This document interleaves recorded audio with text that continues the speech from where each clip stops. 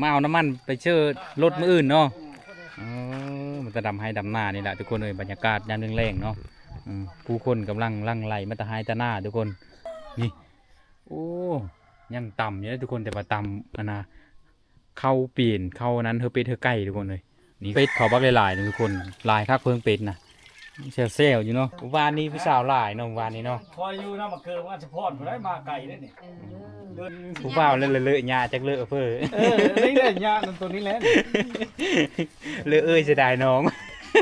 เลยน้องเสียดายน้องจะเคียนเลยเลอะน้องเสียดายอีก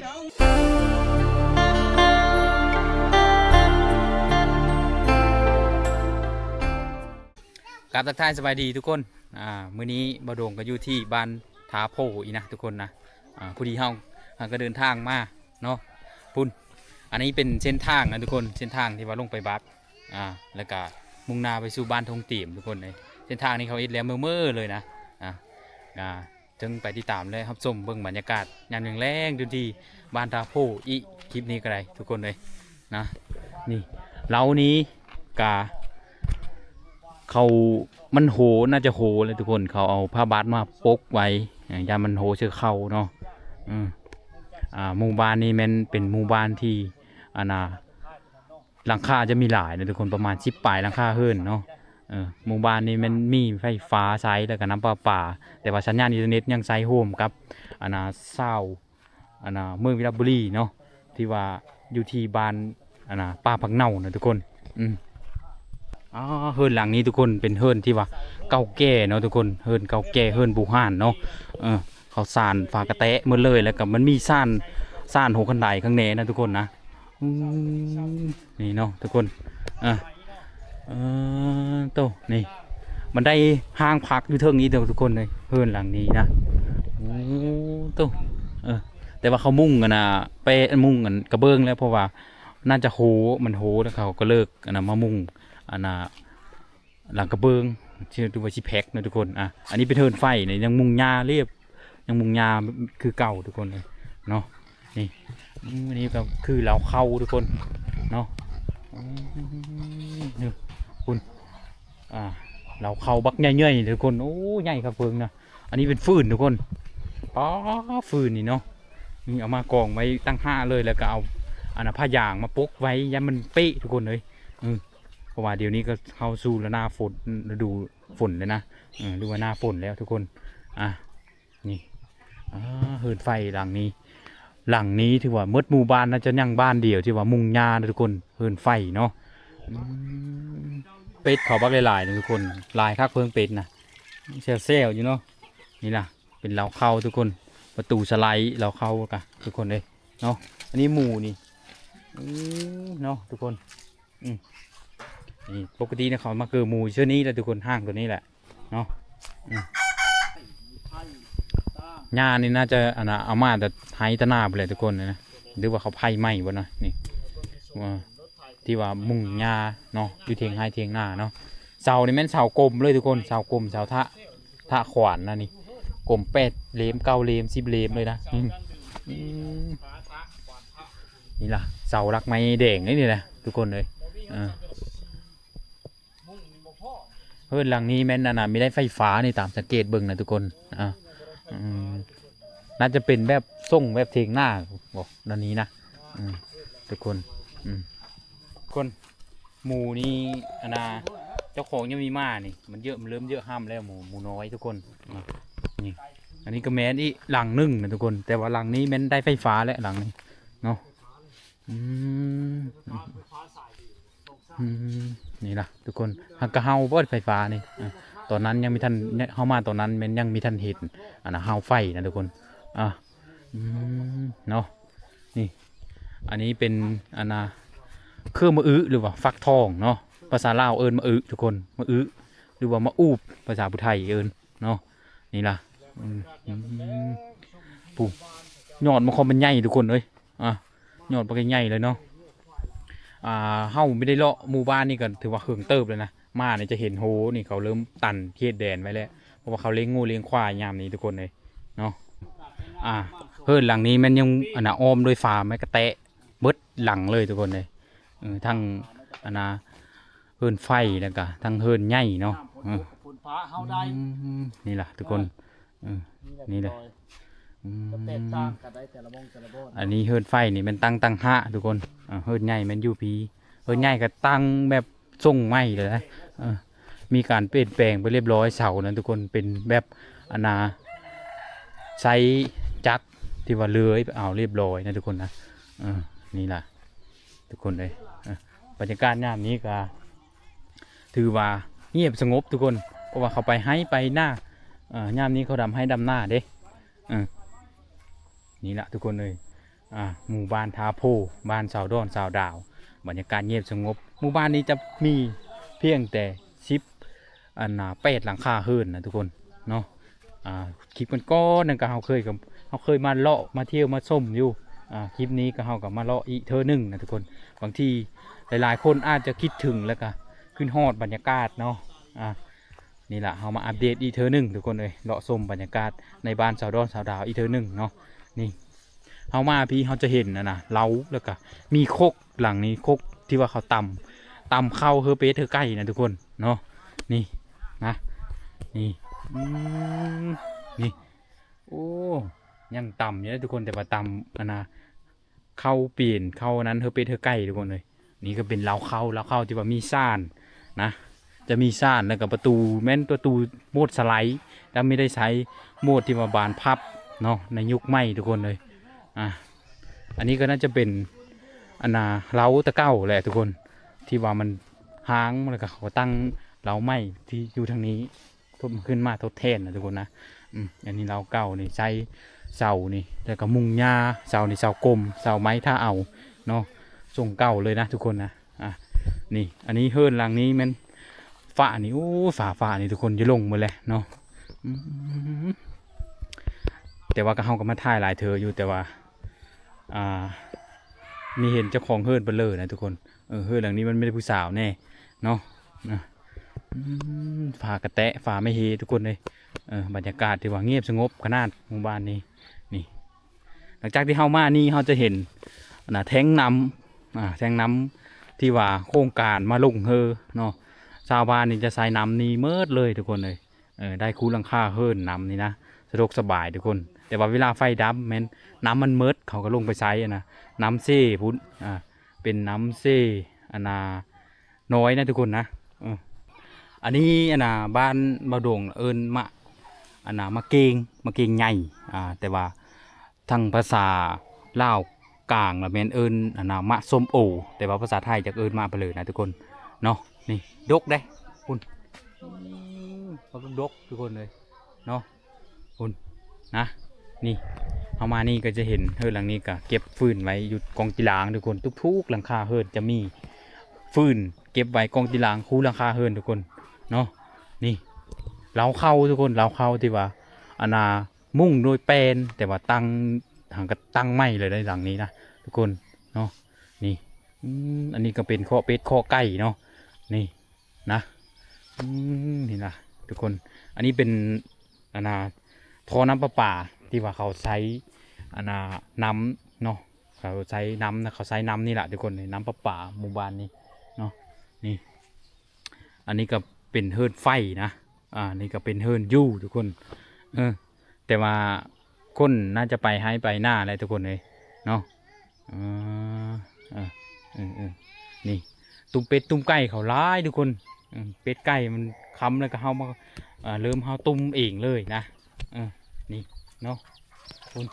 มันเฮาตุ้มทุกคนลูกมันเนาะเฮาไปเคลื่อนไม่ได้เฮากะเพราะว่ามันจะอ้อ นี่แหละทุกคนบรรยากาศอยู่ที่บ้านทาโพเนาะหมู่บ้านที่ว่าลึกลับแต่กับหมู่บ้านที่มีผู้ชาวกันหลายทุกคนเลยหมู่บ้านนี้นะนี่มาซอยนี้ก็จะเป็นเฮิร์นคนนี้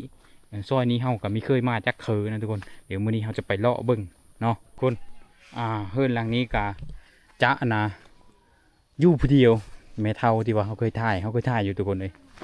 เราอยู่คนเดียวนะนี่มาเท่านี้ก็จะเห็นอยู่ได้หลังเฮิร์นนะทางงานก็จะเป็นห้องเฮียนนะห้องเฮียนนี้น่าจะได้ห้องป.3ประมาณนั้นทุกคนเลยเขาก็ยังมีข้อมูลในซัดห้องเฮียนเนาะหรือห้องเฮียนนะเฮิร์นเขาหลังไม่ได้ใหญ่ได้หลังน้อยๆแล้วก็แอมโดยฝาไม่ชอดฝาไม่เฮเนาะ แล้วก็อยู่ด้วยกันที่5 คนนะทุกคนแต่ละหลังเนาะนี่ล่ะนี่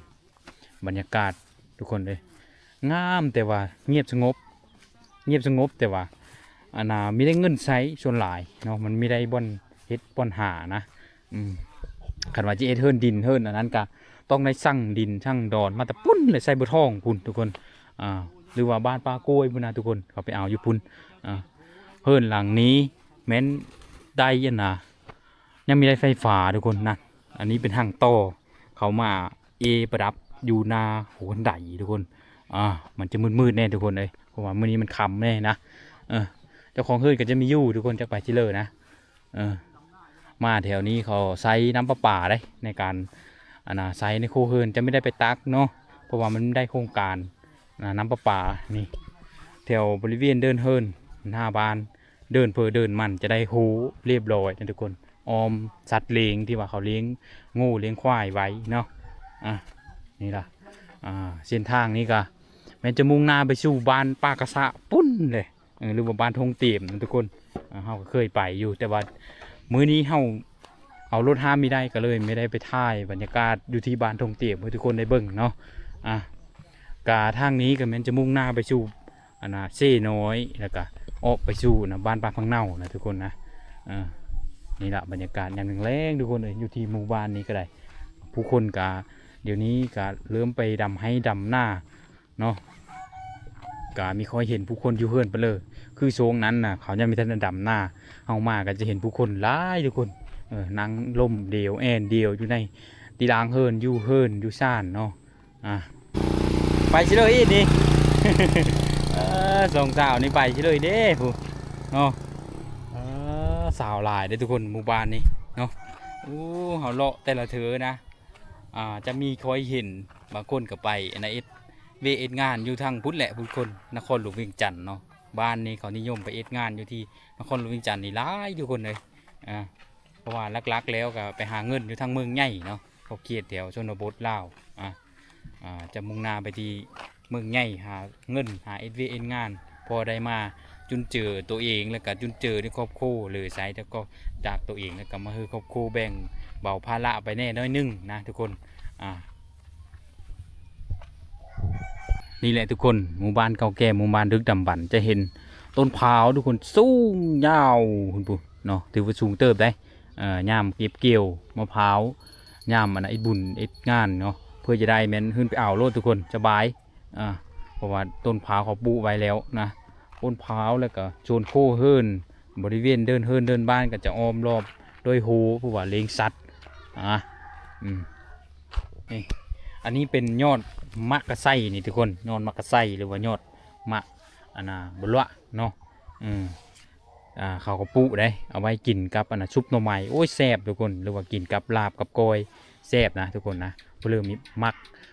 กับมันมีแซ่บทุกคน ของกินอยู่กับผู้มักความฮักอยู่กับคน2 คนทุกคนเลย ว่าโดมกับว่ามีเปลี่ยนไปเลยนะตุ๊กเพลินถือมานะตุ๊กน้ำมันเนาะมาเอาน้ำมันไปเชื่อรถมืออื่นเนาะมันจะดำให้ดำหน้านี่แหละทุกคนเลยบรรยากาศยามแรงๆเนาะผู้คนกำลังลั่งไหลมาตะไฮตะหน้าทุกคนเพราะว่าช่วงนี้เป็นช่วงฤดูกาลเอทไฮเอทหน้าทั้งแถวคอเคียดชนบทนะทุกคนนะโอ้มาตะหน้าบนนี้นะบ่เชื่อก็คือเดียวเลยชองไอ้น้องบ่ซ้อนลูกฮวก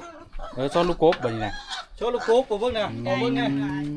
โอ้น้ำลายโอ้ลูกกบซ้อนอยู่ที่เลยนะดูท้องหน้าผู้คือมีเคยเห็นนี่นะเขามาแต่อีเบ้บ่ลูกชาวเจ้าบ่แม่มาดำหน้าซอยแม่แล้วได้หน้านะยังเอามื้อนี้ไม่ได้ดำ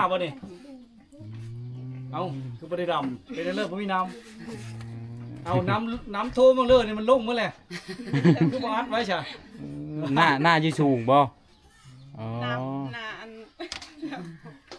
หน้ามันหน้าโน่นหน้าผมมีน้ำเฮงเอามึงดูผ่านนะพี่เจ้าเย็นหน้าครั้งนี้ได้บ่หายก็ผ่อนว่าการน้ำโอ้พี่อายเนาะพี่อายเพราะว่าเจ้าขี้ลายมันเขาไม่ได้บอกจะเท่งานนี้เลยโอ้อีพ่อเท้าบ่น่ะพ่อเท้าบ่น่ะโอ้ชูบยาปุ๊กเนาะ เจ้าก็เคยบ่ ย่อมอีกเลยนะ บ่เคย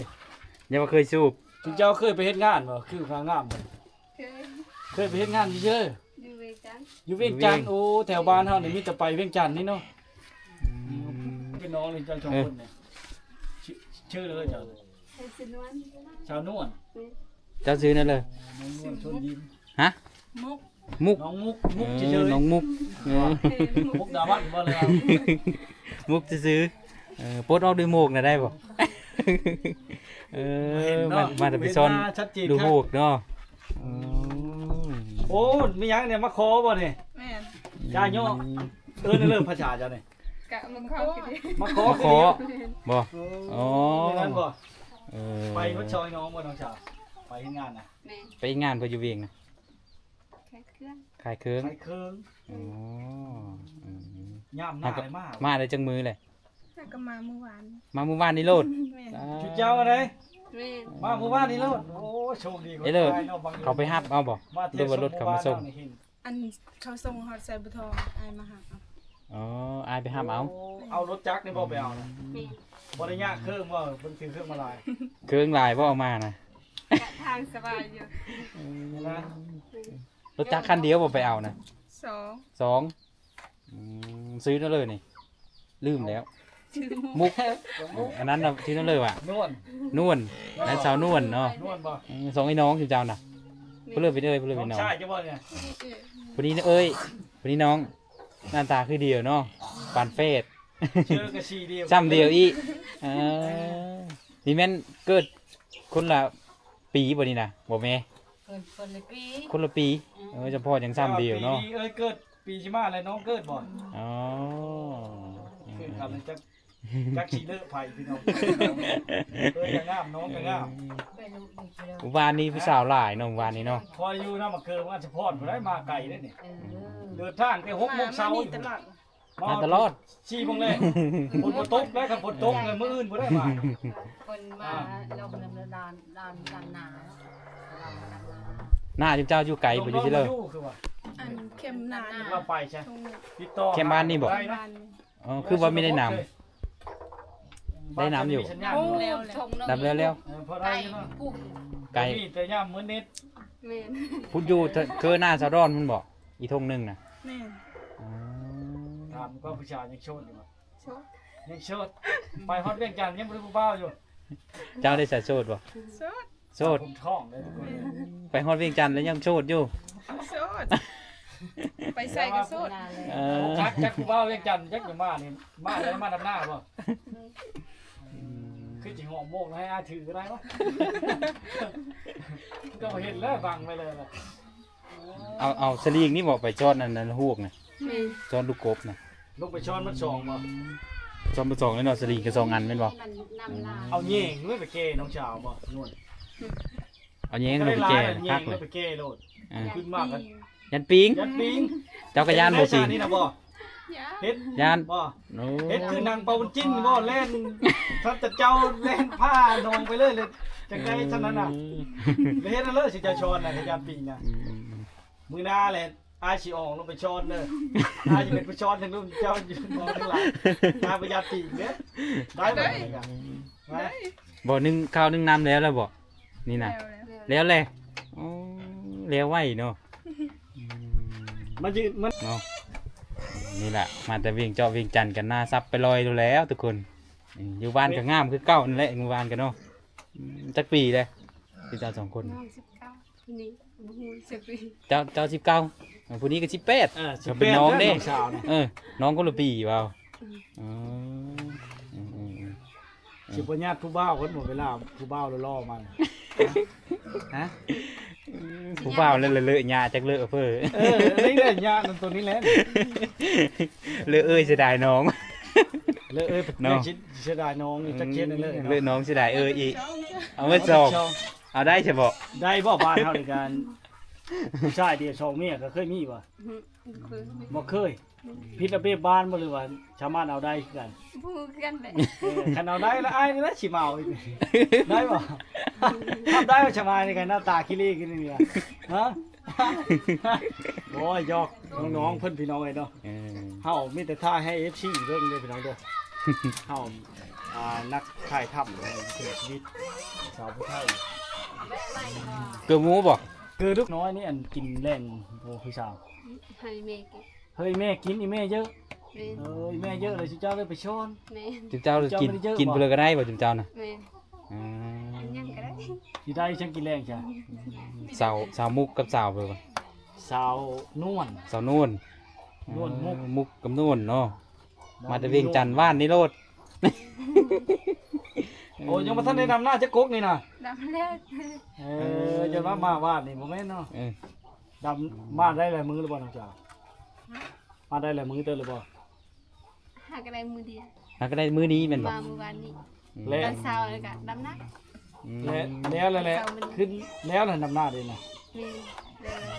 มื่ออื่นน่ะไปดำไหมเอาแล้วไปได้แล้วเฮ้อเดียวแล้วให้นึ่ง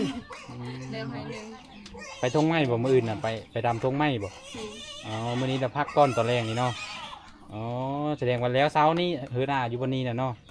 จักทุ่งแท้หนาจุจ้าเนี่ยฮะ ก็ต้องเดียวหันเลย หน้าทุ่งเดียว ยังหน้าทงน้อยบ่ หน้าทุ่งน้อยและหน้าทุ่งเยอะนี่ดำมาแล้วจะคือแล้วเธอเดียวนี่คันมีผู้บ่าวอยากมาโอมาล้มนี่มาดำหน้าซอยนี่ดีใจอยู่บ่ ดีใจแล้วเนาะ ฮะ มันยัง จะ ไง ได้ ไว้ ชา เนาะ ท่านจะได้ผู้บ่าวจะบ่น้อง ได้ มุกอยากได้อยู่ อืม โอ้ได้แล้วบ่จะผู้ไทยคาดหน้านะ เนี่ย ยังโอ้ ได้อายบ่ ได้ ได้อาย มี อายไปซิเด้อ เลยอยู่นะ หรือนะ เอ อ๋อ เข สบาย ใช้ แล้ว เรา เนาะ แล้วเราไทยคาดเนาะ อืม คือเขาน้องดอนนี่น้องดาวนี่บ่มีเด้เอาว่ะยากเด้เจ้าว่ามื้อหน้าในยันเล่าเองบ่ยักสิไทยคาดนี่ครับน้องดอนน้องดาวที่เจ้าเคยบ่ เคยถ่ายอ เห็น ยู่บ่ เคยใครเคยคาดอยู่บ่ เคย เคย แม่เคยผ่าน อ๋อแสดงเจ้าแข็ง คาด แรงนี่เนาะ คาดจะซื้อบ่เวลาอายมีอยู่เนาะเวลาอายมีอยู่แล้วเฮ็ดแล้วเนาะพอตีจักคือแล้วก็เฮ็ดแล้วแหละเออ แข็งแห้งเนาะเจ้าเนาะน้องนวลเนาะผู้บ่าวมาบ่แบะเข้าป้าหรือว่าจ้ะแบะผู้บ่าวนะ ยังก็มีมากเด้ เดี๋ยวมาเจอผู้สาวงามอีกแล้วพี่น้องแบบคู่แฝดนะสองพี่น้องแท้จริงเนาะสองไอ้น้องพี่น้องไอ้น้องนวลกับน้องด่าเนาะน้องมุก น้องมุก น้องมุกด่าน วล กั กั บบ ช มุ อน ก แล้วก็เลยขึ้นมาได้เป็นด่าอ๋อเป็นด่าเลยพี่น้อง เออ บ่ได้แมงดาจัง เคย น้อง ดี นะ บ่เคยได้บ่ มีเคยได้ อ่ะก็มาสอนมื้อนี้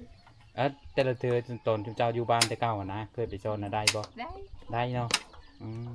มันเป็นน้องบ่เป็นนะเลยบอลสอนน่ะ เป็นน้อง เป็นน้อง สอนตามให้นะ สอนตามให้หน้าอ๋อเลิกจะเขาดำหน้าเชื่อเรื่องสอนได้พาเข้าไปเลยบ่ บนเขาดำกับบ อลเขามีดำเนาะ นี่ แสดงว่ายังหลายอยู่ยังเขามีแล้วเนี่ยเนาะแถวนี้เนี่ยเนาะ นี่ เธอได้เลยที่เจ้าย่านปีงเลยถ้าช่วยมาจะไปช้อนอายบ่ยานอายสิพาไปช้อนบ่แม่นอายสิช้อนต่างนะอายสิพาไป พาไป เจ้าลงคือเก้าปีงจับเลยอายสิฮ้อเฮ้อได้บ่ได้น่ะฮะไอ้ทุ่มน้ำลายใช่บาดเดียวอ้อรถปีงแม่นดื้อน้องมันยานได้นี่ สิเจ้าบ่ยานติเนาะบ่ยานหรือว่าสิอายมาลิ้นมาเที่ยวมาชมหมู่บ้านยัก มียานดอกไปฮอดเวียงจันทน์แล้วมียานดอก คือบ่พาผู้บ่าวมาใช่บ่น้องสาวสองคนนี่ ว่ามาแต่ไส ยังบ่ได้ผู้บ่าว คนงานเจอกันไม่ได้ผู้บ่าวงึดขนาดแต่คนเลยเออ นี่ละสาวโชดโอ้แสดงผู้สาวหลายในบ้านเจ้าเนาะ เพื่อนสอง เขา เนาะ บ่ เพื่อนเล ชู ย อยู่ซื่อๆเนาะ นี่ เป็นซิปปูมีจากหมู่บ้านเจ้านี่หมู่เจ้านะฮอดบ่ ก็มีรายจะมีเวียกอยู่เวียก 7-8คนขนาดหมู่เจ้าได้เลยเนาะยังมีหลายรุ่นน้องอีก รุ่นเดียวเลย หลายเพิ่งหมู่บ้านนี่ทุกคนเลยเป็นบ้านน้อยๆแต่ว่าผู้สาวหลายเนาะ เสียดายแต่มีเมียหลายบ่ได้ โอ้ยว่ายอดของสาวเด้อผู้เดียวก็พอแห้งแล้วเนาะ เออ ยังเลี้ยงบ่กุมยังเมียบ่มีเมียยังทุกข์ อืม ทุกข์เนาะเอ้ยเนาะโอ้แสดงว่าดำแล้วเพิ่นนึงมันกระเทินแล้วขึ้นมาเลยบ่น้องสาวเลยช้อนอันหาในอยู่น่ะกินมาเลยสิเจ้าน่ะ สอนลูกกลมลูกเฮ็ดมาเลยอันนั้น แม่ บ่อาย ใครเดี๋ยวบอกแม่เจ้าบ่สบายนะมึงก่อนอายมา เอาเงินมาให้เขาน้องดาวเราบ่สบายเลยใครได้บ่แม่เจ้าหน้าเตหมูนะ ใครนี่ แค่นี้แล้ว เด้อ ผู้จักจะว่าแม่มีสบายกัน ฮะ หูเนาะ เราเป็น เราอะเคยขึ้นเรือ เราเคยขึ้นวิ่งขึ้นเอ็ดไปเลย กดเบิ่งละ โกดอ๋อ ทุกเจ้าแล้วพาขึ้นบ่ กับเรือ ไปกับเลย เจ้าก็ยังโชดดีบ่ฮะเอ้า จุดจ้าได้เอ้ยอีก ได้ ยังโชดอยู่เจ้ากะ ชวนผัวติด ฮะ ชวนผัวติด โชดโปรตีนโอ้ยบ่แม่นแล้วทำไมค้าแล้วเว้าไปเลยน้องสาว ว่าโซดโปรตีนเนาะมันมีเยอะได้นั่น ชาวโชดนี่นะทุกคน2คนเนาะช้างเพิกในป่าเลิกมาเห็นนี่แหละเกือบจุดชิเมอร์เลยมันจะเห็นบังเอิญขนาดเนาะสิยาวหากนมาแต่เวียงโอ้เจ้าพ่อหน้าขาวหน้าใสเนาะถ้าใช้ชบูยังบ่บ่น้องมุกนะคือมาข่าวในปั่นนะดีก กั ว่าน นกแก้ว ดับพลอยอยู่ สู้กันนกแก้ว สบู่กันนกแก้ว โอ้ใส่ชบูกันนกแก้วจังงามมันเนาะโอ้ยชื่อมาใช้ก่อนหรือว่าตัวของน้องใช้ก็บ่เนาะตัวนี้บ่ชื่อตัวนี้ จุดจ้านำไปชื่อกับไปน้ำเดียวได้เนาะ ตายแล้วนี่น้อยจะขึ้นไปอยู่ ไอ้อีชิบูเฟบอ่ะบ่ดุมบ่นาย อายบ่นั่นน่ะ ได้ อายบ่อายแท้บ่หรือว่า เวียนเฮาเปิดหา อย่าว่าอายฮัก ก็มาอย่างนี้แหละบ่อายฮักอีกเด้อเออไปชื่อกับไปน้ำเดียวเนาะลูกเจ้านี่เนาะสมมุติไปดินบุญไปชื่อกับไปน้ำเดียวซ้ำเดียวได้เนาะเคยเห็นอยู่บ่ผู้ว่าวว้าวว่าฟ้าแฝดนี่เคยเห็นบ่เคยได้ยินบ่เคยเนาะคำซ้ำเดียวก็ละ ซ้ำเดียวเบิ่งเกิดก็เกิดคนละปีแต่ว่าร่างกายมันผู้น้องนี่ใหญ่กว่าผู้เอ้ยนี่แบบเยอะ ส่วนหลายแกนจะน้อยได้ผู้เอ้ยน่ะชาเห็นแต่มาแต่ที่เลิกมากอ่ะสองสาวโสดนี่แหละทุกคนสาวบรรทาโพนแก้นผู้สาวหลายมายามเลยก็เห็น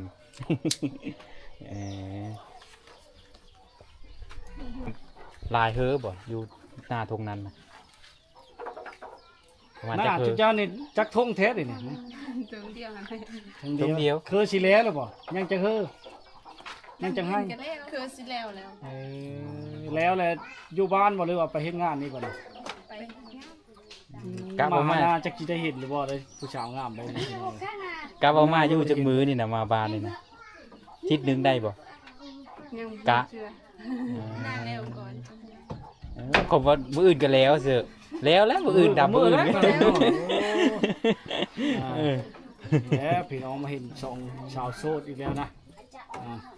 พาเพลอนั่นก็หรือว่ามาจีบก็ได้บ่ทางบ้านทางเมืองทางแขงมาล่มมาจีบก็ได้บ่ มากก็เห็นแล้วเนาะไป โส เรื่อ ด ย อัน แล้ว นี้บ่ โสด จีบได้เนาะ จีบได้ จีบได้เนาะผู้บ่าวเท่าดิได้บ่ ได้หมด แต่ เท่าก็ ก็ ได้ จีบเบิ่งก่อนเนาะ ล่มเบิ่งก้อนเนาะถ้าเขาฮักแท้ก็ได้เนาะ มื้อหน้าสิมาเวะมายามไม่ยันเจ้าข้าวิน้องสาวไว้เด้อขอบใจหลายที่ให้การสัมภาษณ์อารมณ์เด้อน้องนวลน้องมุกเนาะพี่น้องเนาะสองพี่น้องยังโชดจีบได้ก็เห็นนั่นแหละไปการประกาศบังเอิญเล่ามาแต่หน้ามาแต่ช้อนมาแต่หากิ่งได้น้อยเดียวนี่นะกันไปหาบ้างหาหน่อไม้ข้าวเดียวเนาะติดไปตา น้ำไม้บ่อึดเด้ จนไปเยอะเลยกินจนแห้วข่าวเลยเนาะ น้องไม้ไล่ได้บ่แถวนี้มีได้บ่ ไปก็เด้อน้องชาเด้อเข้าใจ พบ หลาย เจอหลายๆที่เคยสัมภาษณ์อารมณ์ มาเวะมายามเมื่อกันปลาประสบพอกันทุกคนเลย เนาะทุกคนกาสำหรับบรรยากาศอยู่ที่บ้านทาโพนะทุกคนมื้อนี้เราก็เลาะเรียบชมบรรยากาศแล้วก็ได้เห็นสาวๆก็ถือว่าหลายอยู่นะทุกคนนะก็สำหรับคลิปนี้เดี๋ยวเราจะปิดเพลงซ้ำนี้ก่อนเดี๋ยวพบพอกันในคลิปวิดีโอหน้าทุกคนเนาะ